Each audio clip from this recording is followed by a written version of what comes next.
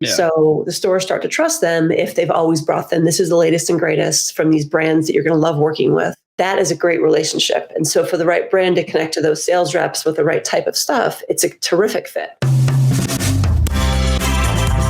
Hey, this is Joe Schellerud from Ad Advance. Hi, this is Lindsay Hagerman of RainCaper.com. Hey guys, this is Jordan West from Mindful Marketing and the Kindred Studio. And you're listening to the E-Comm Show. Welcome to the Ecomm Show, presented by BlueTuskr, the #1 place to hear the inside scoop from other e-commerce experts, where they share their secrets on how they scaled their business and are now living the dream. Now, here is your host, Andrew Math.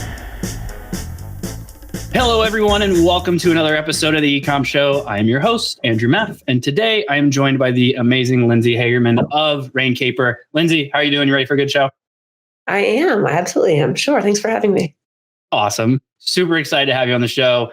Ton of questions I'm already kind of prepared for. But let's do the usual. I'll give you your opportunity to kind of tell everyone about your business, and then we'll kind of go from there, okay? That sounds great. So let's see, I'm in business with my mom. We own and operate RainCaper, where we design and manufacture travel accessories like travel capes, umbrellas, texting gloves. And we recently added a collection of beautiful gifts for the home and entertaining, a lot of them with an artful spin. That's a big part of what we do, is bring beautiful impressionism like Monet and Van Gogh and Degas to things you want to gift and receive. Wine totes, tea towels, LED candles. So beautiful products. Nice. What made you get into this? So let's see. We have a long history in retail. My mom started a bricks and mortar gift store in the Philadelphia area when I was a kid. So we have worked together off and on for almost my whole life. And so we really brought that background of being a successful bricks and mortar gift store to the vendor side of things when we closed the retail business down in 2015. So she is our visionary, and she has a beautiful eye for product and what somebody wants to buy in a beautiful store at Main Street, USA. So we do a lot of our product development to support the stores that are our customers. That's a lot of drives what we do. And right now, the fine art and Van Gogh in particular is a huge hot item for a lot of consumers who are finding Van Gogh through these immersive experiences. That's been a big change for us this year. Nice. How can you tell me a little bit of how that works? So like the whole like fine art side, like I looked in a bunch of your products and, I see like you guys have some stuff with like Starry Night on it and all this stuff and stuff. I was like, this is awesome. Do you have to like get the licenses for that? How does that work? Sure. People are often very curious about that. So it's not a very straightforward answer. Some things like Van Gogh are in public domain. If they're old enough, they are, it's public domain. Mm-hmm. So as far as Van Gogh, you don't have to license anything. But we are actually very embedded in the museum store space. There's a wonderful museum store association that we are a vendor member of, and we work with a lot of really prominent museums, National Gallery of Art, Museum of Fine Arts Boston. We've worked with the Philadelphia Museum of Art and another dozen or 24 museums.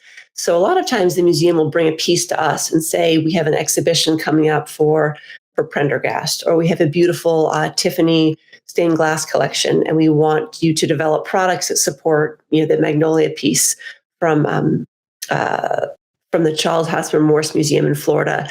They have a Magnolia piece by Tiffany, and it's a great seller for them. And they said, "Hey, RainCaper, can you please develop an umbrella or a shawl or a rain cape to support that?" We do that work for them. We then pay them a royalty of the products that we sell, on the products that we sell.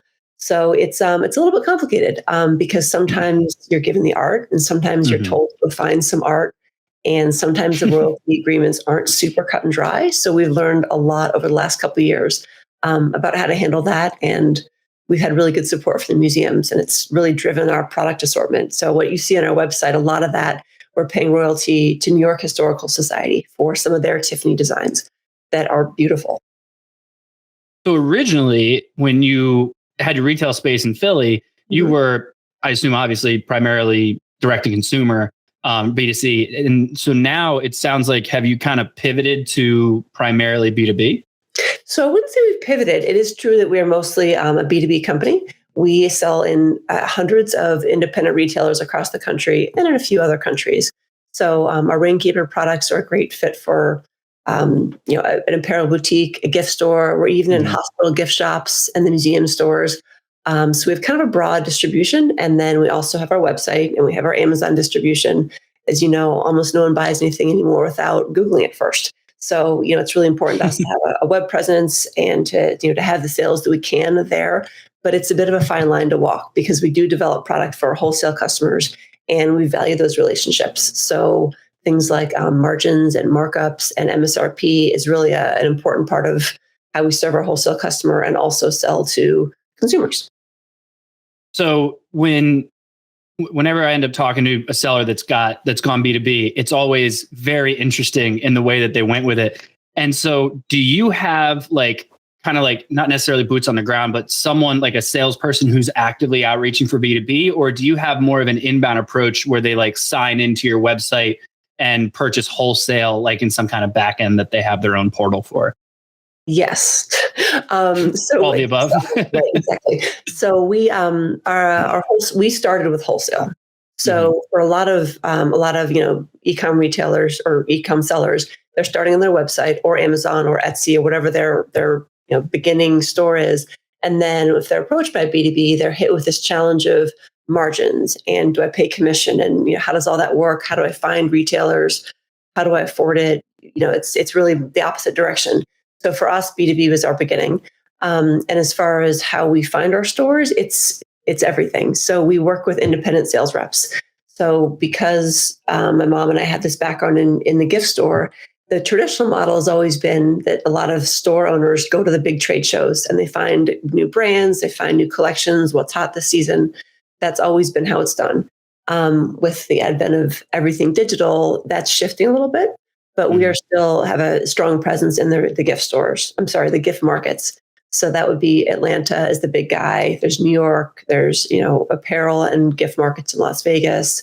And then there's lots of small regional markets. So a lot of the stores near where you and your listeners live, a lot of them are sourcing their products from a market in Massachusetts or a small market in Arizona or a market in Seattle because they're going local. They're, not traveling very far and they're finding new brands. So we do that.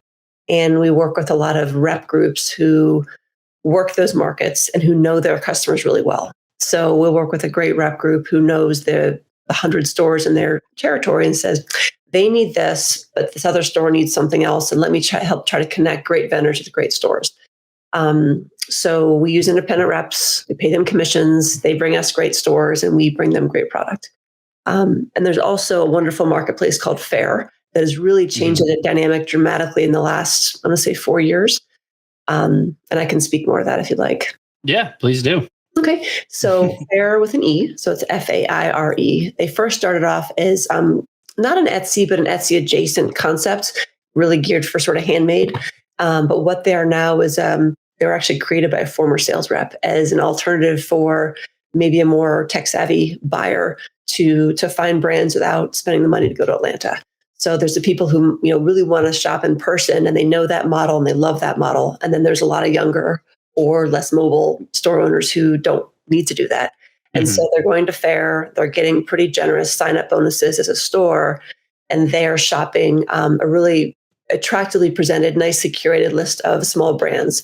So you'll find candles, apparel, housewares, gourmets, all kinds of stuff. So these stores are finding really great brands, many of whom are really small, some of whom are big guys. And they're often getting terms with Fair. Brands are paying a commission to Fair, who is bringing them these stores on the marketplace.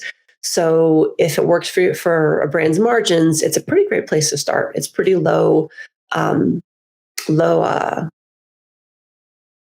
commitment, low barrier to entry. Yeah, it's a low hassle. You upload your product file and your images and you wait. And ideally, you get engagement right off the bat, but it's not pay to play at the moment. So, knock on wood, it stays that way because I think that keeps the marketplace a little bit cleaner.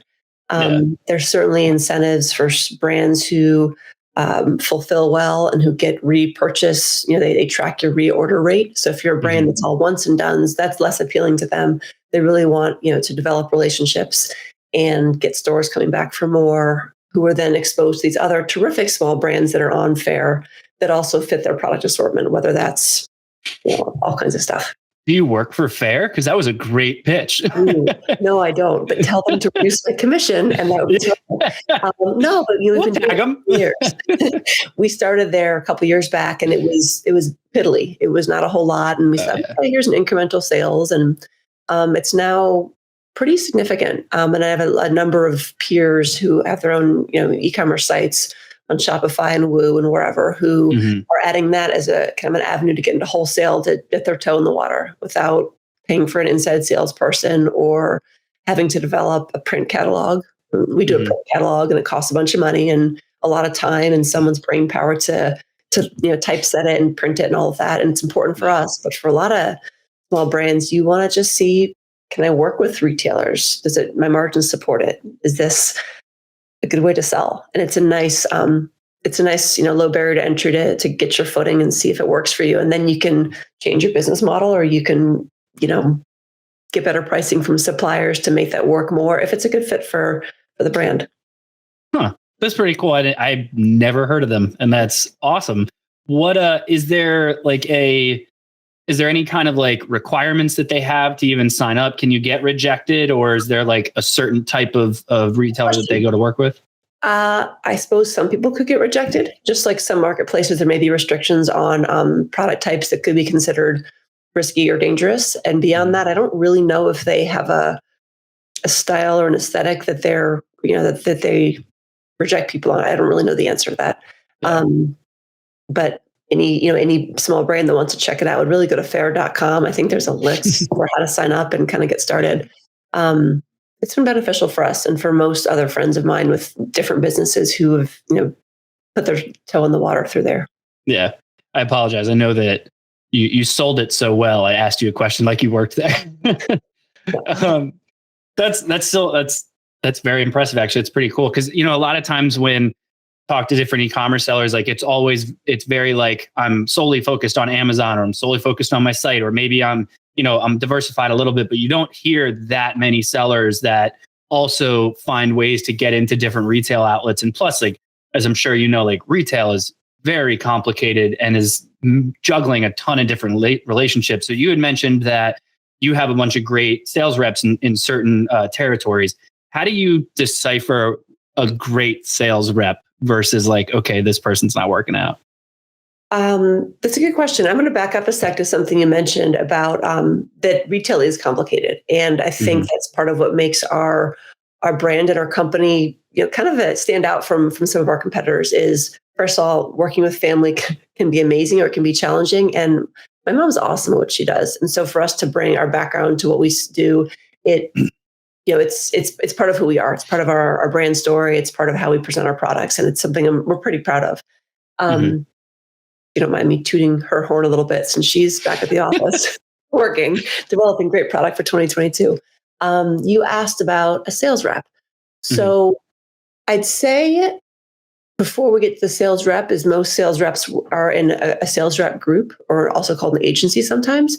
And we work with a couple that are very small. We have, a husband and wife team, a couple of those. We have some dual partner teams who, one services us here in Mid-Atlantic, and they're great. It's a pair of ladies who have known each other for 30 years. And I tell you what, they know their market. They know the stores. They have a circuit. They have people who trust them and call them up and say, they're apparel reps. So for us, we sell gloves, we sell silk shawls, capes. So apparel accessories, not, tops in 12 sizes. But so these reps are great because they know their customers and they know what their customers need. And it's not in the sales rep's interest to match the wrong brands with the wrong stores. Yeah. So the stores start to trust them if they've always brought them, this is the latest and greatest from these brands that you're going to love working with. That is a great relationship. And so for the right brand to connect to those sales reps with the right type of stuff, it's a terrific fit. And it's hard to find them sometimes. A lot of it is word of mouth, is that if we knew a brand who was like us or might work well with this rep, we'd make that recommendation. But it can be kind of hard to find them out of the phone book. What I often recommend to brands who are considering, getting into wholesale is to go to the market nearest them, get a buyer badge, and walk the market. It's not very expensive to attend a show the first time. It's a plane ticket, it's a hotel maybe. And you kind of walk the aisles and see who's selling. Are these people with their stuff look good in the store next to my stuff? Are these the right, is this the right buyer? Are these the right reps? And you kind of talk a little bit. You talk to a brand that's adjacent to you and say, man, your things are really neat. My stuff would do well in stores where your stuff would do well. Who reps you? And you talk to them. And they might say, I actually really like my reps, but I've been looking at these guys. I just haven't called them yet. You should give them a call, because the agencies are always looking for great brands, and the brands are looking for the best agency that's a good fit. And the stores that have reps they like rely on those reps. So it's really relationship driven, as is so much in all of us sustaining our businesses. It's great relationships, peers, and everybody. Wow, that makes a lot of sense.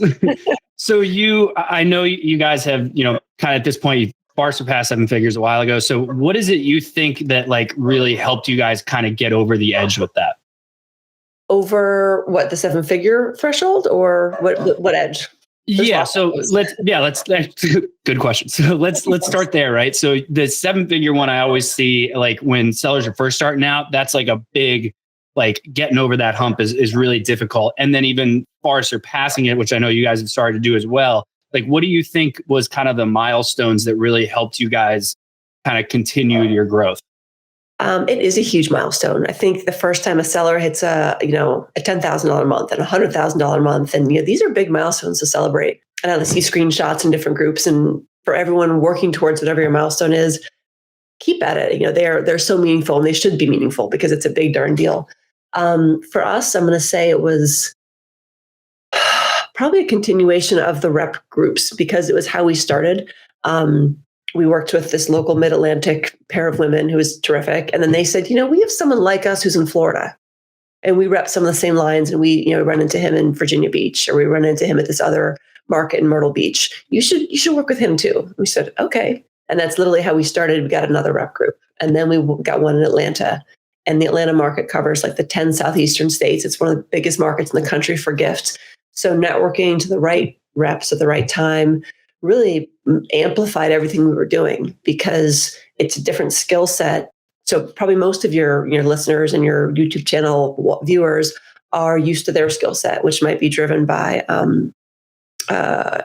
TikTok or Facebook ads, or crushing it on remarketing or SMS. There's so many really amazing digital tips and tricks. And then it's kind of a different skill set that my company specializes in. And we're not as strong as some of the digital wizardry. We're doing better, and you get here and then you fall down, or, we were Amazon wizards 5 years ago, and that just changes every few months. But for us, it was continuing that wholesale model to get our stuff in the right stores. And then now a lot of those stores, they're repurchasing hundreds and then thousands and then 10,000s, every year, and it won't last forever because there's a product life cycle. But that was really huge. And then the museums are a big part of what we do. We love the museum stores. The buyers are so cool and so interesting, and you really feel like you're bringing beautiful products to people who, I don't know, they're supporting their museums. I think that's a really important part of the cities I go to and the culture I enjoy. And so to be part of that is it's really neat, something we're proud of. So you mentioned the digital wizardry, and that, a while ago, things you said 5 years ago, you were killing it on Amazon. What happened there? So I suppose the focus, as you're scaling from maybe a solopreneur, or maybe you have a partner, many of us start really small. It's just us. And then maybe you add a VA, and then you sort of have to tailor your hiring and your budget to what's critical right now. And for some people, it's digital marketing, or it's an agency, or it's Facebook mega spend. And without that mega spend, all of a sudden, if you don't spend, you don't earn. And that's a tricky place to be in. And we weren't in that place exactly. But for us, it was, man, if we can dedicate more resources to a better catalog or a new trade show, if we it costs ballpark $5 to $10,000 to exhibit at a show. By the time you factor in your booth, your travel, your merchandise, your hotel, the time away from running your business. So for us, it was expanding in that direction. I think I missed the tail end of your question. I'm sorry. What like the Amazon side too? Because you mentioned about 5 years ago the Amazon fell off. I think we devoted more resources to other avenues. And I wouldn't say it fell off. We just, well, actually, at the beginning, we were doing a lot of arbitrage, as many people did. I mean, this is 2016. So, you find your course, you get your gurus, you figure it out, you start importing stuff, and you kind of start throwing things to the wall to see what products are really going to be something that you want to continue with for years and years. And so we were arbitraging at white labeling and private labeling, all kinds of stuff. And eventually, things rise to the top, and some things you kind of just let fall apart. And so some of it, we stopped focusing on, and then we hit this great product type. And as it turns out, keywords for some of the products that are our strongest products aren't something people are looking for on Amazon. Yeah. So that is never something we're ever going to be selling 10,000 units a month, like certain other products are a better fit for. So that became clear that we could devote a ton of resources to Amazon, and we were never going to hit $1 million a year on Amazon. That's not right for our product type. But what is right, this is working. So we devoted our resources and our bandwidth and our learning and our networking towards things that supported that part of the business. And then as the other brands, we let kind of die off and we devoted more time to RainCaper. That's how our allocation shifted from 95% Amazon and a few bucks at Shopify to now we're something like 75, 80% wholesale.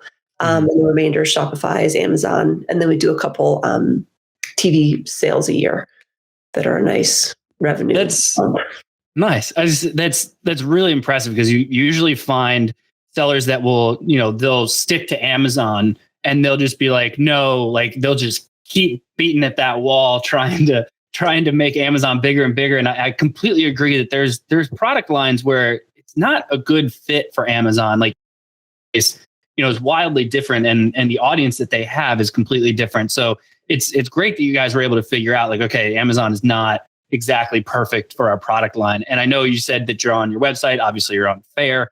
What other marketplaces or other channels are you guys selling on online? That's the bulk of them. There's a Fair competitor called Abound that for us has been very, very minimal. Very minimal about Amazon. We're talking about Amazon. Oh, I know it was. Amazon and even for Shopify. And we talked to a couple agencies in the beginning of our brand, and we're sort of told there's not keyword market for you. I can't take your money. And it hurt at the time. I thought, are you kidding? Like, what's wrong with us? And what's wrong with our assortment? What's wrong with me? And, why would you work with me? And the reality was they were right, that there's not a ton of keyword volume for certain products. Or some of your listeners probably know that they sell products that aren't marketable in certain ways because of various regulations, or they can't sell in Shopify, or they can't get a credit card processor. So rather than I was hurt briefly, and then you said, oh, okay, well, let me focus on what really is working. And then with some of our new products, it's more Amazonable, and we have a great contractor to work with who helps us with what's latest and greatest. And I don't have to learn that as much anymore because I'm focused on running my business. And I have a contractor that says, I've got 5 clients and these guys are doing this. You should try this tactic. And it does, or it doesn't work for us. So that's improving. But, more than one egg in a basket is critical. And I think that, I suppose for many of us, Amazon is the mistress you don't want to have, but you maybe become dependent on it. It's a good analogy for Amazon. Other words for mistress out there. But I'm grateful that we're not completely dependent on it. I appreciate the revenue stream, but it's risky stuff. And every Facebook group I'm in, the High Rollers group and these other, Facebook groups, something scary every week. Someone who says the business is on, it's frozen because a competitor filed this nonsense complaint. What do I do? How do I hack my, plan of action? Or how do I make my real invoices look like what Amazon wants without doctoring them illegally? I mean, that's ridiculous. Amazon has rewritten the rules of business in a way that you have to play by these non-normal rules to make it work. Like, they have so much power, and it's pretty scary, I think. Yeah, I completely agree. I mean, we could have an entire episode on just the things that are wrong with Amazon. We were working with a seller once that was clearing 8 figures a year on Amazon alone, very keyword driven business. So it was making a ton of sense, but changed out his credit card and was shut down for 2 weeks because they thought something was wrong. And they were like, oh, you got hacked or something, and completely shut his business down for 2 weeks. It was stuff like that where you're just like, that's amazing that you can just cut off a small business like that. It's pretty scary. And they can hold your inventory, they can seize your payouts. It's I think it's a good thing for every seller to get started where they can and then diversify where it makes sense. And for some people, it's it's Etsy to Amazon or Amazon plus Shopify or plus in-person sales. And for us, it's been wholesale. Do you have any luck on like a social media side? In the short answer, no. We found that a lot of our social media interaction has been with our stores, which is neat, but not beneficial because they're already our customer.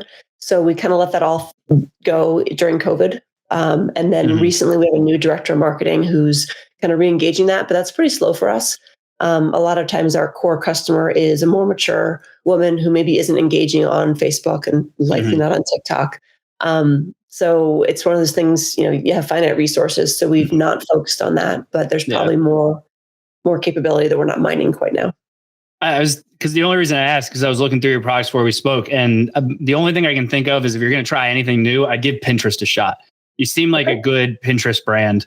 Because I have the same issues sometimes with different sellers where if there's a certain keyword that like you're trying to target on Google and it's like you're going up against so many people that are just doing the race to the bottom thing. But the nice thing, about Pinterest that a lot of people don't understand is like, they're not committed to a brand. They're not searching like, Nike purple shoes. They're just searching purple shoes. And then you kind of just get to show your stuff there. And in your case, your stuff is, you have this beautiful artwork that's basically on all of it. And so being able to showcase that without having to deal with like certain search terms, I think it would do really well for you guys. I would try that if you haven't yet. I'm going to go back to my director of marketing and tell her just that. And she's itching to do it too. But as with many small businesses, we're trying to hire great people. We have a creative product designer that we're bringing on board, like hopefully this week. And that will change, the bandwidth so we can focus on some other things. But thank you. It's a good tip. Yeah. So I have to ask, what is it like working with your mother? Honestly, it's a great fit for us. And, as I mentioned it before, we've been working together since I was in middle school. We ran the store together the last couple of years before we decided to close it. It's a great fit. We are complementary skill sets. She's our visionary. She drives the product line. She has a great feel for what's in the market. And that comes from 40 years of experience. I mean, she was a buyer for Marshall Fields in the 80s. And then she's been going to these markets for 25 years. She sees what the trends are, what the stores need. And as much as retail is shifting, bricks and mortar stores are still going to be around for a while. And so she excels in that section.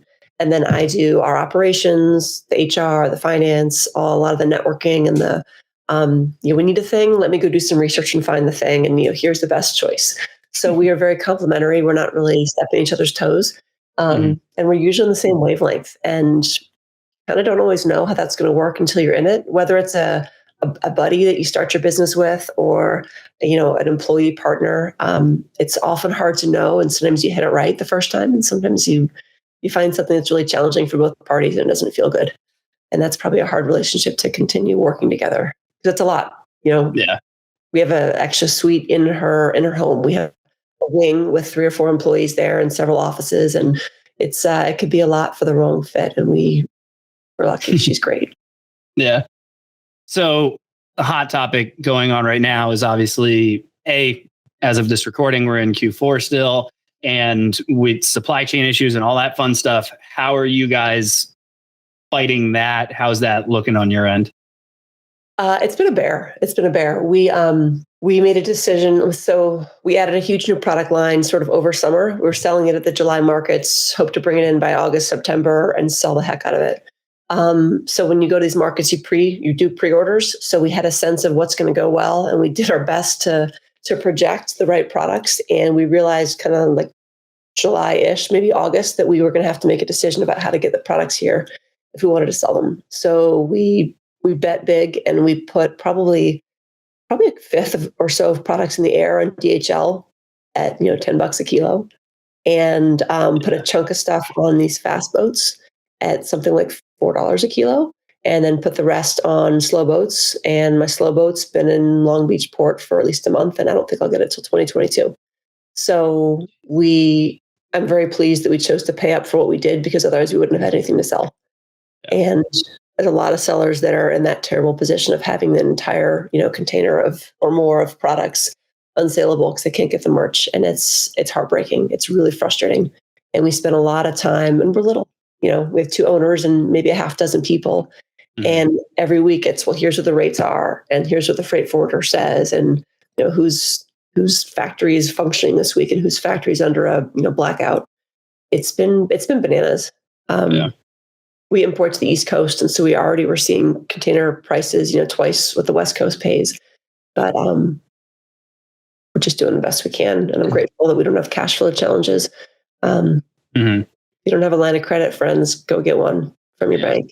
Talk to your bank. Talk to a local banker. Don't use Amazon lending. Talk to a local banker. It's amazing what they can do for you. We have a local banker, and it's been a game changer to have someone, a professional in our corner, who sees the business for what it is and can make advice. That was really helpful. Do you see any light at the end of the tunnel? Like, what's your opinion on that? Opinion on freight rates? I haven't focused on it a lot the last month. We've been focusing on some other stuff. It sort of is what it is for now. There's other experts that can give you better opinions, but most things I've been reading is it's going to go through at least the next 2 quarters, possibly all of next year. I mean, it's so backwards in so many ways.